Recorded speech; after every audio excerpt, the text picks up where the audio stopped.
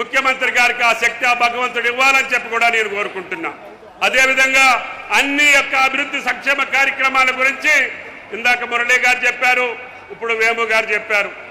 ఏ ఒక్కటి కూడా మీ దగ్గర మేము వాగ్దానం చేశామో ఆ పథకాలు కష్టమైన ఆర్థిక భారమైన భట్టి గారి సహాయంతో ముఖ్యమంత్రి గారు ఒక్కొక్క అడుగు వేసుకుంటూ ఒక్కొక్క హామీని తీర్చుకుంటూ ఈనాడు భారతదేశంలో ఈ యొక్క పరిపాలనలో ప్రజాహితమైనటువంటి పాలన ప్రజాపాలన కొనసాగిస్తున్నటువంటి సంక్షేమ అభివృద్ధి కార్యక్రమాలకి భారతదేశ రాష్ట్రాలన్నీ కూడా మాకు తెలంగాణ రకమైనటువంటి పాలన కావాలని, ఆ సంక్షేమ రాజ్యం కావాలని, ఆ అభివృద్ధి కార్యక్రమాలు మా రాష్ట్రంలో కూడా కొనసాగాలని ఆ రాష్ట్రాల ముఖ్యమంత్రుల మీద ఒత్తిడి తీసుకొచ్చే సందర్భం ఇప్పుడు ఏర్పడింది.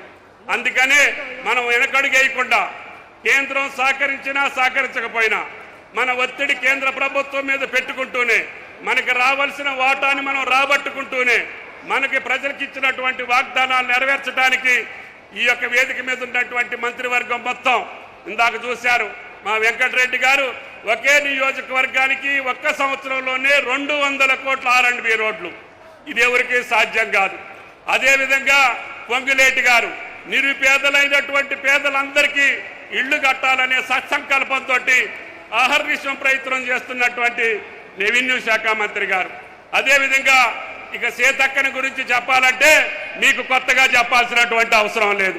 దేవాదాయ శాఖ మంత్రులు ఈ రకంగా మంత్రివర్గంలో ఉన్నటువంటి ప్రతి ఒక్కళ్ళు కూడా ఈ యొక్క మహాబాద్ మీద ఈ గిరిజన ప్రజానీకం మీద వేము నరేందర్ రెడ్డి గారికి ఇచ్చేటటువంటి గౌరవాన్ని మురళీ నాయక్ అదేవిధంగా బలరాం నాయక్ గారిని పెద్ద మెజారిటీతో గెలిపించినటువంటి మీ రుణం తప్పకుండా తీర్చుకుంటామని చెప్పి కూడా మీకు ఈ సందర్భంగా మనం చేస్తున్నా. కాబట్టి దయచేసి సమయం తక్కువగా ఉంది, ఇంకా పెద్దలు మాట్లాడాల్సిన అవసరం ఉంది. కాబట్టి మీ యొక్క అనురాగంతో వచ్చినటువంటి మీ అభిమానంతో వచ్చినటువంటి ఈ ప్రభుత్వాన్ని మళ్ళీ మళ్ళీ ఆశీర్వదించి రేవంత్ రెడ్డి గారి యొక్క పాలనకి ఎప్పుడొచ్చినా ఎక్కడొచ్చినా ఏ అవసరం వచ్చినా మేము ఉన్నామని చెప్పేటటువంటి ఈ ప్రజానీకానికి ధన్యవాదాలు తెలియజేస్తూ మీ దగ్గర సెలవు తీసుకుంటున్నా. జై కాంగ్రెస్.